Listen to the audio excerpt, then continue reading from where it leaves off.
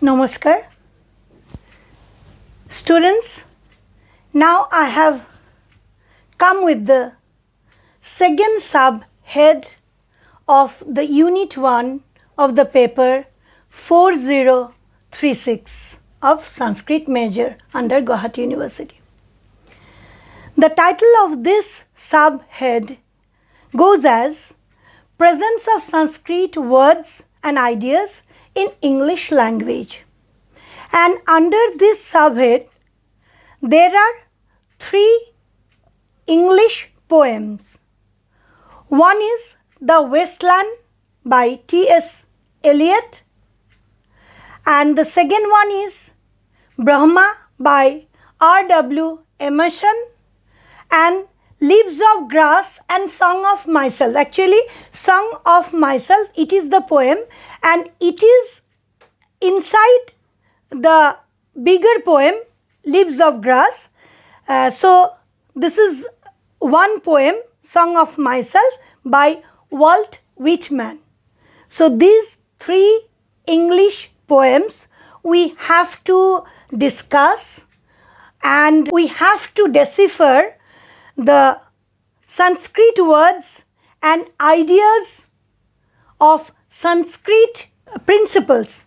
Vedic, obviously Vedic, the reflection of Vedic principles or Vedic ideas in these poems. Now, I will go one by one. I'll discuss the points one by one. The famous poetical composition, The Wasteland of T.S.Eliot, has 5 parts, among which the last one, entitled What the Thunder Said, is famous for using Upanishadic words and ideas. So it is known to all, even the students of English literature and the students of other literature, that T.S.Eliot was one of the most prominent and famous poets. And The Wasteland, it is a seminal work of literature. And in this poem, it is a long poem, in this poem there is a part, there is a sub-poem, we can say, and that goes under the title, What the Thunder Said. My dear students, please remember the title, What the Thunder Says. Why? I will discuss it later on. Now, this poem, this What the Thunder Said, this poem, it reflects Upanishadic words and ideas. Now, how? I am going to discuss that. It is very interesting.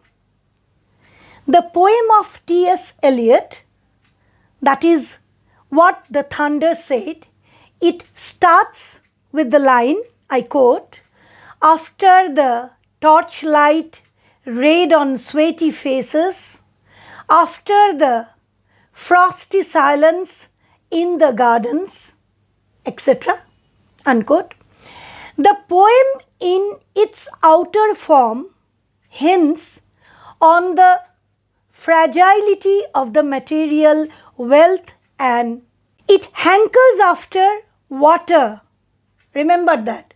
The poet, through the line of his poem, he hankers after water to calm. Why? For restoring life and strength to the wasteland, that is the barren land. It is a prayer, not exactly prayer, it is a wish, it is a desire that water should come to this barren land. And we all know what water does to a barren land. Water is the primary factor to make a barren land a fertile one. So, to make the wasteland, that is the barren land, fertile, the poet is showing his desire for water to come, for rain to come. So this is the baseline of the poem. Going by his own style and thought, Eliot brings here, this is important, Eliot brings here the names of Ganga and Himabanth. See, he means T.S.Eliot, he is writing a poem in English, but in the poem he is using two prominent terms of Sanskrit, that is Ganga and Himabanth, that is Himalaya. So, before coming to the topic of Upanishadic ideas reflected in the poem The Thunder Said, I just want to tell you that these two words you should remember, because in your course it is already written presence of Sanskrit words in English language. So these poems are given. You have to remember these two terms, Ganga and Himabanth. These two terms have been used by T.S.Eliot in his poem What the Thunder Said. So this is important for exam also. Now, with these two terms, Ganga and Himabanth, what does the poet say? I quote, Ganga was sunken and the limp leaves waited for rain, while the black clouds gathered far distant over Himabanth.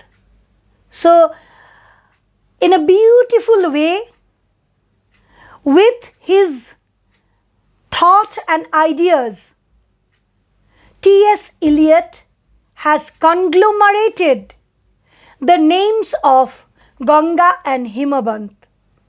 So, his desire for rain, his wish for rain, it is intermingled in a very much poetic way with the names, with the Sanskrit names Ganga and Himabanth. Thus, the expression has attached an imaginative poetic idea to the theme, to conceive a concept connected to India. The poet, he was hankering after water, staying in his own land. But in this desire, in this wish, he has intertwined the names of Ganga, which is a source of water, and the name of Himabanth, which is also a main source of water, because most of the prominent rivers come from Himabanth only. So, these two terms are deliberately used here. It is not used haphazardly. These two terms are used deliberately by the poet, because these two terms are the sources of water, Ganga and Himabanth.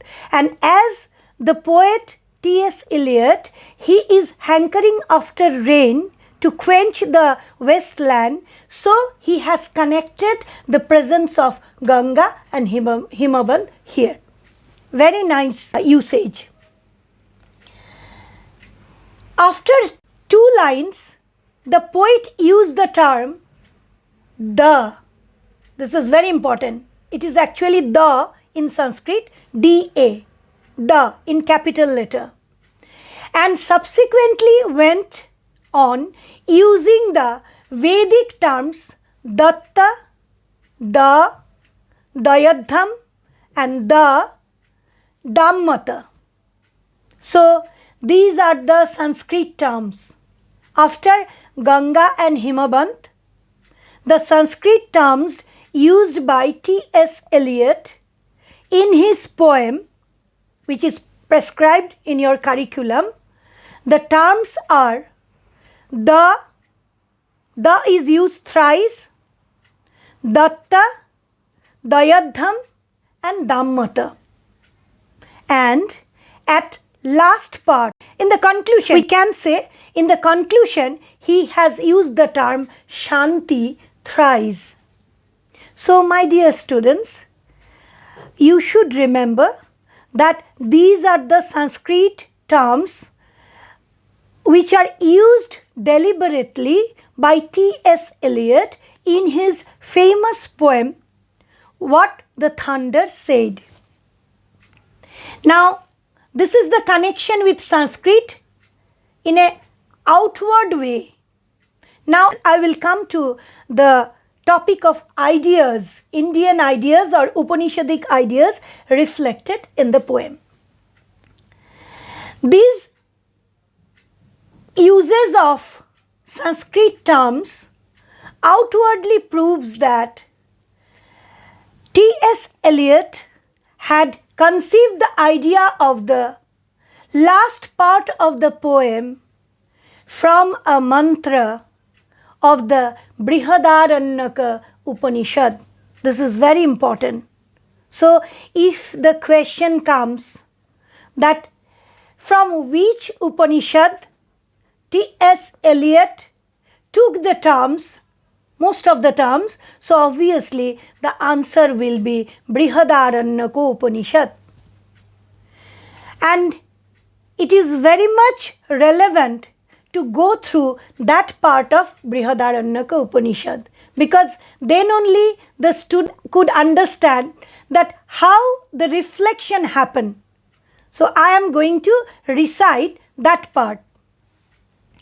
The mantra of the Upanishad goes as, it is a long mantra, it goes as Atha Hainam Asura Uchu Brabhitu No Bhavaniti Tebhya Haitad Evaksharam Uvacha Da iti Vyagyasishta iti Vyagyasishma iti Hochur Dayadham iti Na Atha Itom iti Hovacha Vagyasishteti Tad etadevaisha devi Vag anuvadati Stanayitnu Da iti Damyata datta dayadham iti Tad etatrayang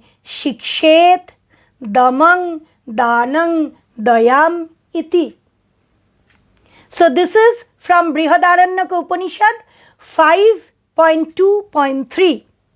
You can go through the books, you will get this part, and this is the core portion from which T.S.Eliot has intertwined the Upanishadic idea in his poem, What the Thunder Said. From this part of the Upanishad, that is Brihadaranyakopanishad, it is clear that though some of the Western critics have brought many negative opinions about the sudden use of some Upanishadic words and ideas here by Eliot, the poem is a clear reflection of the poet's deep feeling that came up with his inclination towards Upanishadic thought.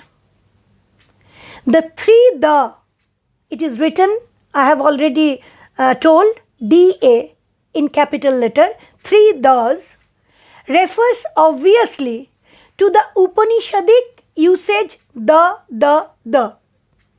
In the Brihadaranyakopanishad also, we find three thus, the, and in this poem of Eliot also, we find that the poet has used the.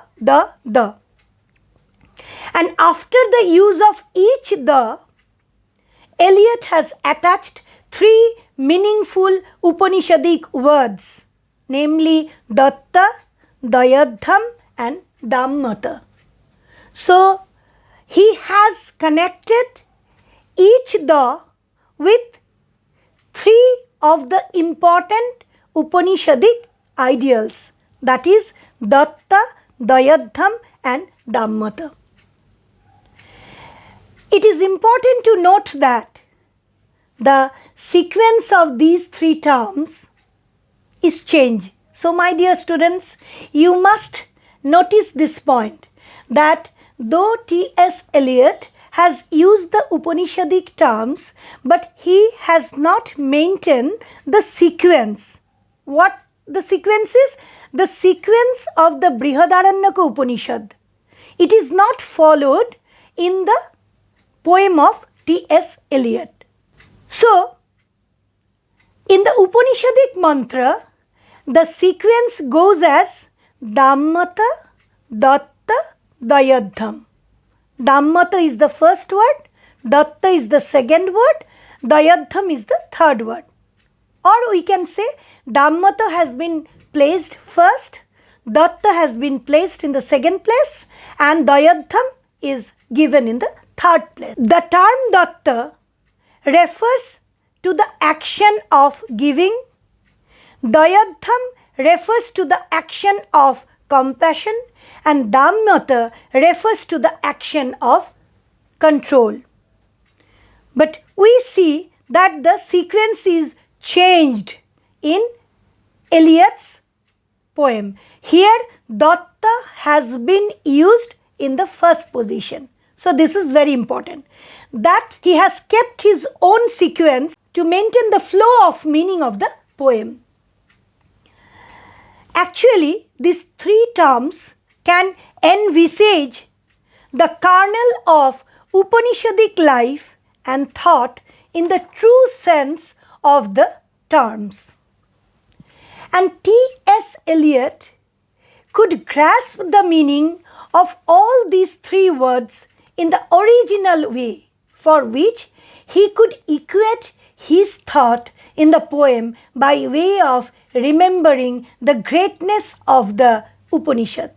So it is important to note that T.S.Eliot could grasp the meaning of the Upanishadic terms in the inner corner of his mind, and that is why he could equate his own thought with the Upanishadic ideas. Thus, just after using the term Datta, Eliot asked a question. Datta refers to the connection with the root Da. Thus, just after using the term Datta, Eliot in his poem offers a question. That means he asks a question, what have we given? That means through this line he is associating the action of giving with the term, Sanskrit term Datta. So it is obvious that the poet Eliot, through his poem, tries to tell about the real duty of human being. One should not be afraid of the material obstacles in life, because the poet T.S.Eliot is very much optimistic. So he believes that there always remains a stronger force behind every obstacles, which will come as water in the form of rain to quench the thirst of the land and the man as well. So this water, that is, which comes through rain, it is the source of all fertility, of all action. That is the main point of this poem. Another important point to be noted here is that, my dear students, it is very important that in the Brihadaranyakopanishad, which is the source of the poem, this poem, which I have already stated, in that Upanishad, there is an expression. This runs as Bag Anuvadati Stanayitnu. In this expression, Actually, the sound of the cloud, that is, the sound of the thunder, has been reciprocated. So, not only Sanskrit terms from the Brihadaranyakopanishad have been taken, the main punch line, that is Bag anuvadati stanayitnu, that the thunder is telling us something with its sound, that is also incorporated in this poem. In the poem, T.S.Eliot has also taken the title which is at tandem with this expression, that is Bag anuvadati stanayitnu, because his title is What the Thunder Said, and this part is there, the meaning is there, the sense is there in the expression of the Brihadaranyakopanishad, Bag anuvadati stanayitnu. Thus the title of the poem, it also goes with the Upanishadic ideal. So you have to remember this point also. Lastly, coming to the last point, we can say that this poem of T.S. Eliot comes to an end with the word Shanti, which was used thrice, as I have already stated. Shanti, Shanti, Shanti. This is a very common use in Indian society, because after uttering each and every mantra, we use this word thrice, Shanti, Shanti, Shanti. But as it is attached with an English poem, that is why it carries a volume of meaning. We have to understand that. By using the term Shanti thrice, poet's inclination towards the Upanishadic custom of concluding a thought by invoking peace for everyone, it has come out that the poet has followed that custom, that Vedic custom, by using the term Shanti thrice. That means the poet wants to evoke peace for the world, for the whole humanity. That is why he has used the term Shanti thrice here. So at the end of the poem, T.S. Eliot prays for everyone's peace, everyone's delight. That means not the material delight, not the material happiness, the spiritual happiness, the developed delight. He is invoking through the use of this term. In this regard, the words of Eliot are very useful to remember. Students, you will have to remember what Eliot has himself said in this connection. He has said that the peace which passeth understanding. That means T.S. Eliot invokes peace for every individual, which will ultimately lead to social peace.